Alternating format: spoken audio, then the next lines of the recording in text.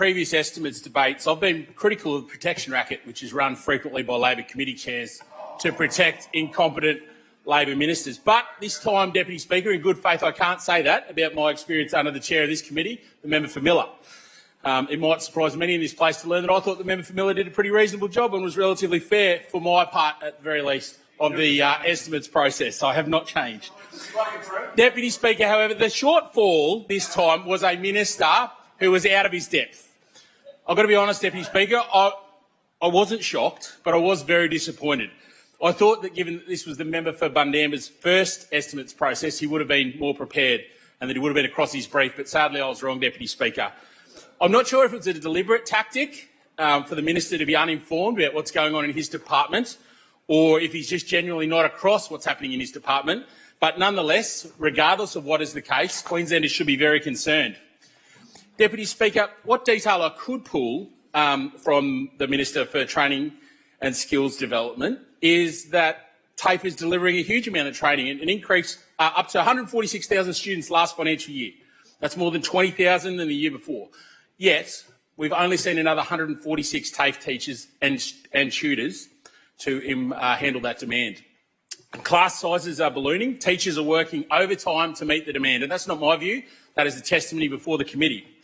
The numbers speak for themselves, and you can imagine the strain, Deputy Speaker, that this is placing on the staff. And yet, despite the rhetoric of those opposite, there is no additional FTE in this budget for TAFE staff. Order. None. Not one. Not a single extra TAFE teacher under this government. Order. Deputy Speaker, this Labor government claims to be big supporters of TAFE. They claim to be big supporters of TAFE, but they've allocated no additional staff for TAFE despite the significant increase. They're asking TAFE teachers to do more with less, despite the rhetoric that they so often come in here and spout. The minister said that this was a record budget, when in fact funding allocated for the Department of Employment, Small Business and Training was cut by $191 million compared to expenditure for the previous financial year. Cut, $191 million. Deputy Speaker, this budget is all over the shop. The Queensland Skills Strategy, which once again those opposite love to talk about, that runs from 2024 to 2028. But it has only got funding allocated to the 30th of June 2026. After the 30th of June 2026, only 4.2% of the $370 million they so frequently like to skite about is allocated for any measures post the 30th of June 2026. In fact, for the last year, for 2027-2028, there's zero, not a single dollar in the budget under their skills strategy. That is this government's plan. A whole year with not a single dollar allocated to skills and training under this Labor government.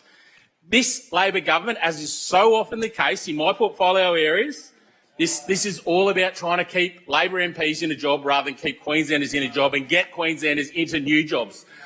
Deputy Speaker, I was pretty disappointed on behalf of all Queenslanders to find that the minister was unaware of the number of small businesses who had been affected by crime. Businesses tell me that we must put the rights of victims first and we must restore consequences for action. They're telling me that enough is enough. And, Deputy Speaker, the crime crisis is costing Queensland's small and family business. The price is in replacing stock, repairing damaged property and protecting staff, and it is a cost that many businesses tell me they can't afford. So imagine what those small and family businesses thought when they heard the Minister for Small Business, the Labor Minister for Small Business, saying that they could get a $5,000 business basic grant for a bit of CCTV. It was an insult. It is an insult. Businesses are struggling because of the failures of this Labor government, and to suggest that a small number of Queensland's 482,000 small and family business can access a $5,000 grant for CCTV is a slap in the face. Deputy Speaker, never mind that the grant process is completely flawed. We found out through estimates that $176 for every $1,000 is spent on administration. 17.6% of grant money allocated by this government is spent on administration, not on supporting small businesses, and that is not good enough. Deputy Speaker, but who can forget the moment when the member for Rockhampton asked a Dixer from the wrong section and he caught the minister nervously on the hop, unprepared for his first ever government Dixer, He got there eventually, and he was able to deliver another soulless, prepared diatribe. Speaker. But he was so emblematic of this tired third-term Labor Remember, your government. time's expired. Before